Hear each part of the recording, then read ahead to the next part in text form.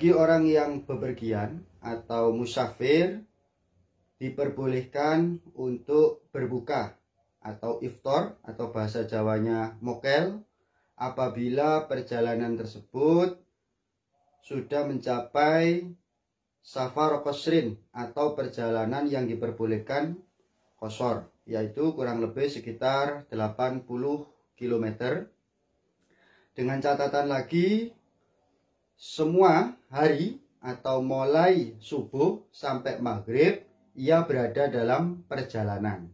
Dengan gambaran ia berangkat sebelum subuh, nyampe juga setelah maghrib. Maka ini diperbolehkan untuk berbuka atau mokel atau iftar. Lalu jika ia berangkat jam 9 pagi, ini bagaimana? Sebelumnya ia ada di rumah, mulai subuh sampai jam 9 ia ada di rumah, jam 9 sampai malam sampai isya misalkan ia berada di perjalanan. Maka menurut pendapat yang disampaikan oleh Imam Nawawi dalam Syarah Sulam Taufik, tidak diperbolehkan untuk iftar atau mokel atau berbuka. Kenapa? Li'annahu ibadatun ijtama'a fiha al-musafir wal hadar faghalabna al-hadar.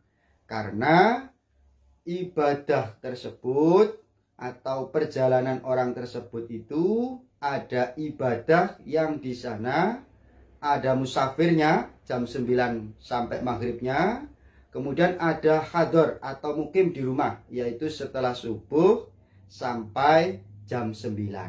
Nah, maka kalau demikian yang dimenangkan adalah sisi hadar atau mukimnya, sehingga ia disestatusi sebagai orang yang mukim, maka tidak diperbolehkan untuk iftar atau berbuka.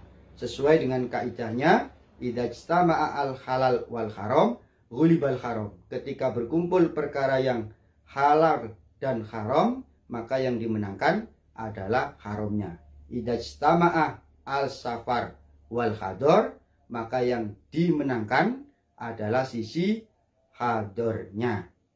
Namun menurut pendapatnya Imam Al-Muzani, hal ini diperbolehkan. Nah, diperbolehkan untuk iftar. Orang yang berangkat jam 9 pagi melakukan perjalanan sampai 80 km diperbolehkan untuk iftar atau mokel.